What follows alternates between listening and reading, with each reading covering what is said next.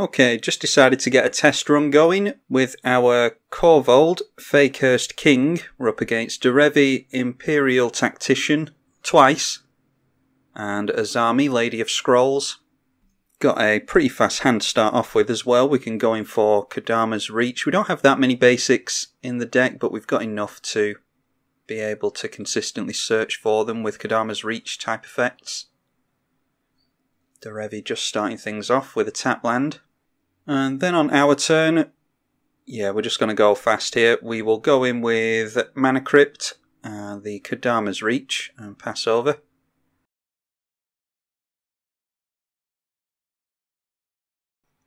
No one else going for anything. We've gotten off to a really fast start, as you're all aware, no doubt, so we'll probably just go in for our Korvold here. We're going to have to sacrifice a land, but it will replace itself, and we've got plenty of lands in hand anyway. I absolutely expect Korvold to eat removal here, and we draw into a 3 visits, which isn't the worst because it means that we can replace the land that we've just sacrificed as well as play a land next turn, so we're not really behind any.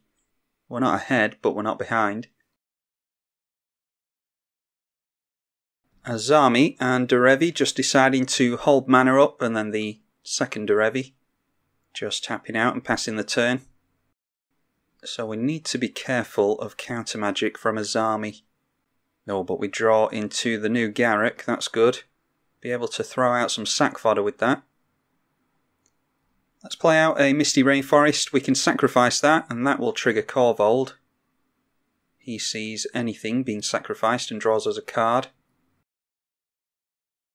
Then we'll cast our 3 visits as well. And because I don't want to go sacrificing a land again, we'll just grab ourselves an Eternal Witness so that we can sacrifice that instead. It's not the best use of Eternal Witness, but at least we're not going down any more mana. We'll return the Misty Rainforest back to our hand because it's an easy trigger for our commander. And then swing in at Azami because I'm scared of the counter magic and card draw that can come from that side of the field. Sacrifice our Eternal Witness to put another plus counter on and draw a card. Bloodghast is really good because it is something that's easy to sacrifice and we can bring it back multiple times. Especially with all the lands in our hand. Discard it at the end of the turn. Because like I said, we can easily get that out again. It will actually save us casting it. And Pheto Alchemist from Azami. That is tap to untap a target artifact or creature. There's certainly worse wizards, more frightening wizards that Azami could play. Derevi coming down for 3 mana. Not making use of Derevi's 4 mana ability just yet. And then deciding to tap our dragon? No, they are deciding to untap that for some reason. Maybe trying to garner some kind of friendship from us there. I doubt Derevi is going to be playing any haste creatures, so we don't need to worry about our dragon being untapped, I don't think. Here is a Green Sun Zenith for 3 mana, and they grab themselves a Birds of Paradise. They don't have blue on board yet. So it might be worth getting rid of that if we're worried about the other Derevi player.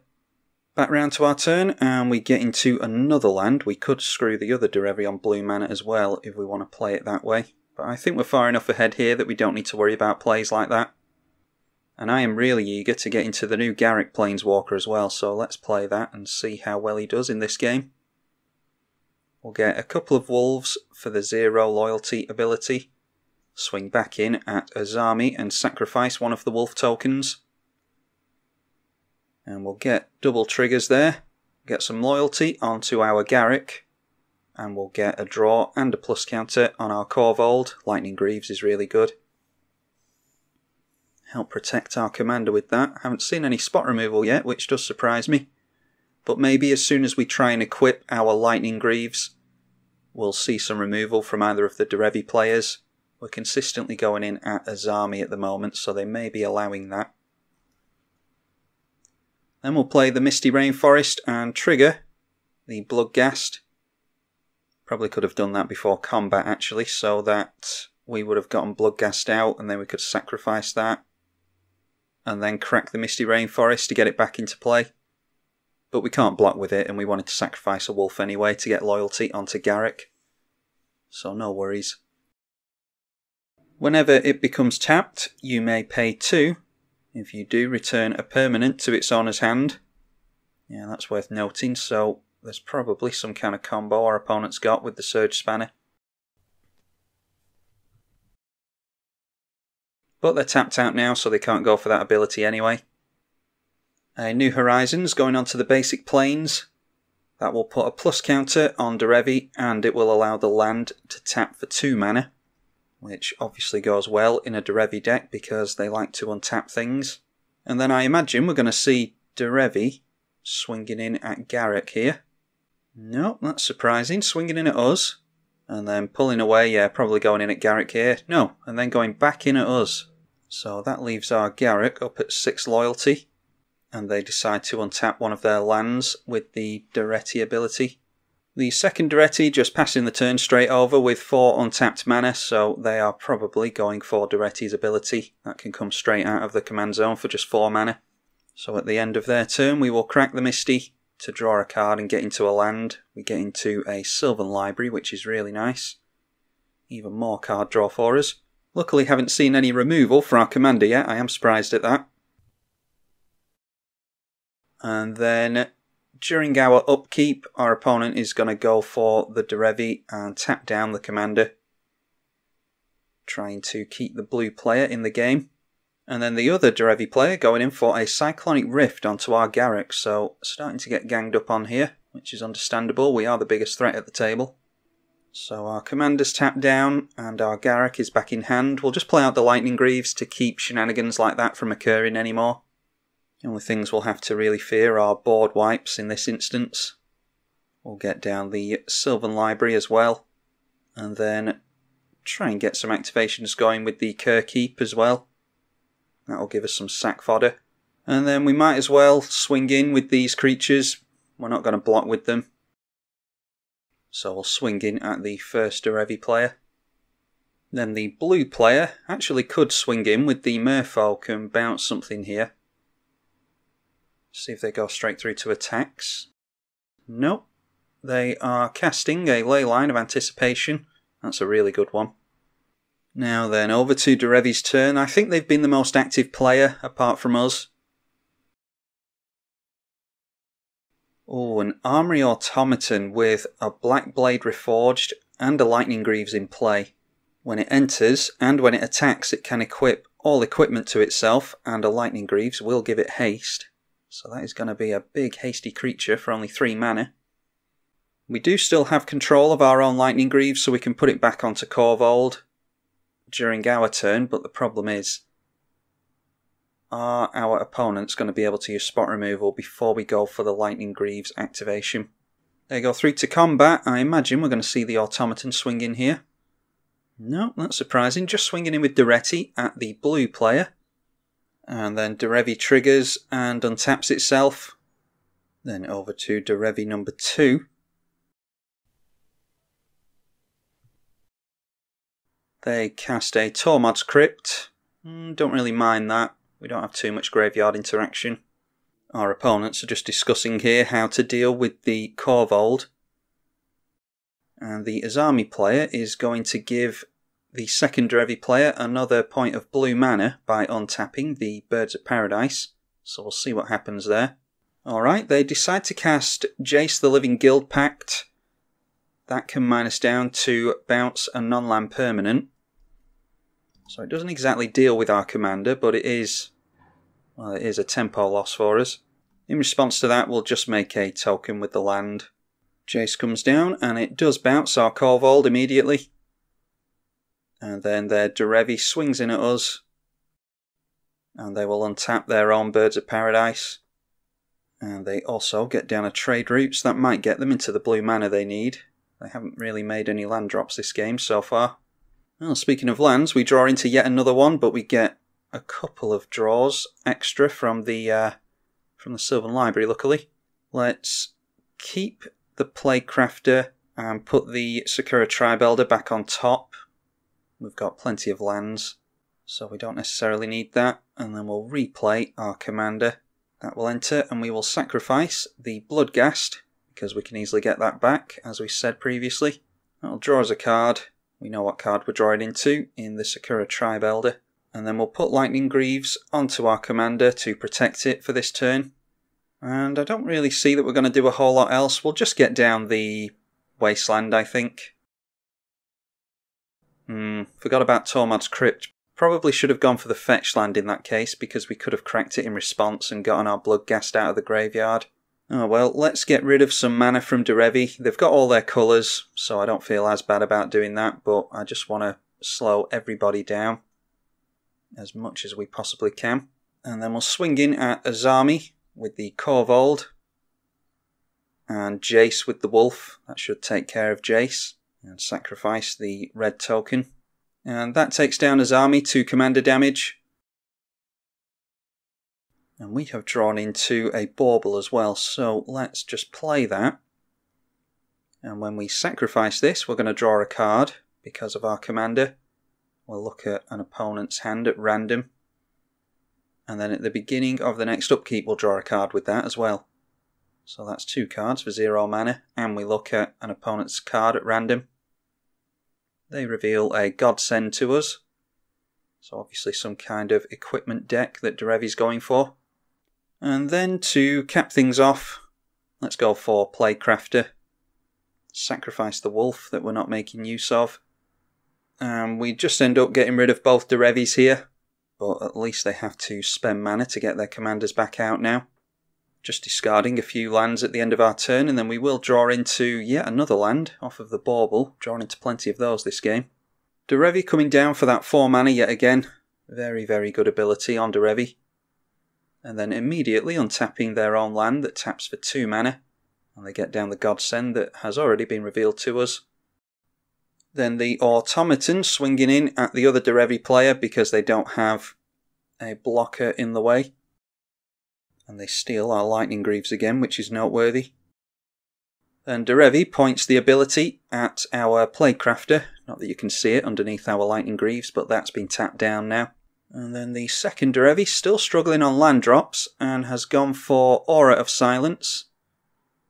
Yeah, I don't think we're too worried about an Aura of Silence. Could get rid of our Greaves, though. At the beginning of our upkeep before draws, we'll go in for our Vampiric Tutor. There's some creatures in play here that we want to deal with. Let's go in for Grave Pact, I think. Oh, actually, I just saw Liliana Dreadhorde General at the bottom there, and yeah, probably should have gone for that, actually, in hindsight. Oh well, see what we draw into. Okay, land on top, and Earthcraft we can't do anything with without our tokens, so we'll put that on top as well.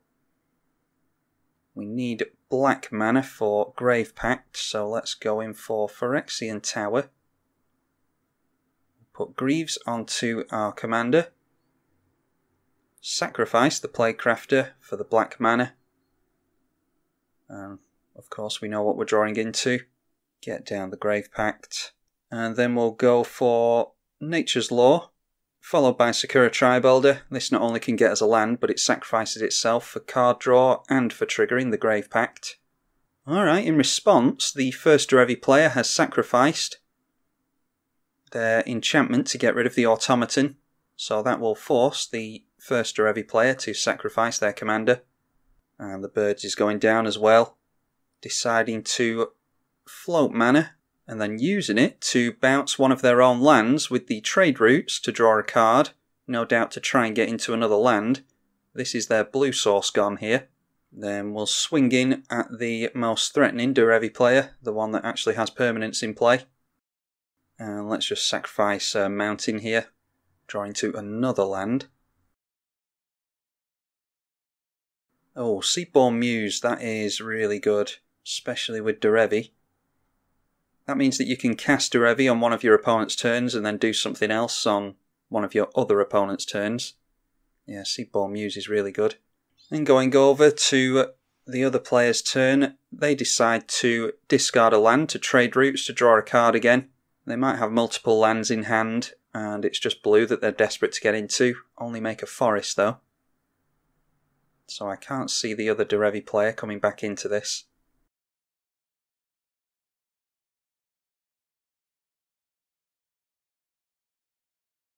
Comes back round to our turn, we just draw some more mana. Put that on top and keep the Sol Ring. Play the Sol Ring. And then we might as well force our opponents to sacrifice 2 creatures whenever we sacrifice 1.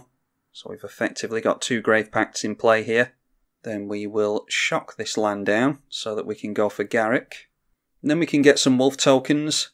Not only get some loyalty on our commander, but we can also force our opponent to sacrifice 2 creatures, which we will do with the Phyrexian Tower. So both of those creatures going down now. And then we'll swing in at them again, and hopefully this is lethal commander damage. Sacrifice the wolf for card draw. But yeah, of course, they can get their commander into play here, can't they? Forgot about that. So they are forced to block there. We do not have trample, so that was a successful chump block. And then they go for playing out Derevi again.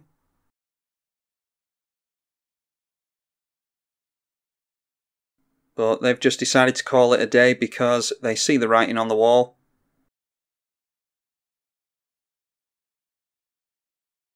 Our opponent being a great sport and deciding to play this out, they have not had the best luck here. I'm sure they have plenty of blue lands in the deck, but they haven't drawn into them. Cultivate is exactly what they could do with. Put it on top, along with the Skull Clamp. We don't need the card draw. We'll just go for Brass's Bounty here. Not trying to showboat, I just want to one-shot my opponent to put them out of their misery because they are very graciously allowing us to swing in for the victory here. Very sporting of them. We get treasure tokens equal to the number of lands we control, and all we have to do is sack those for any mana we want. Not only will we draw off of each sacrifice, but we will also put a plus counter on our commander. And we will put him up to 21, and then swing in. And there we are, taking our opponent down to 22 points of commander damage. Oh, and our opponent revealing their hand there, they just had a fistful of blue cards. That is really unlucky.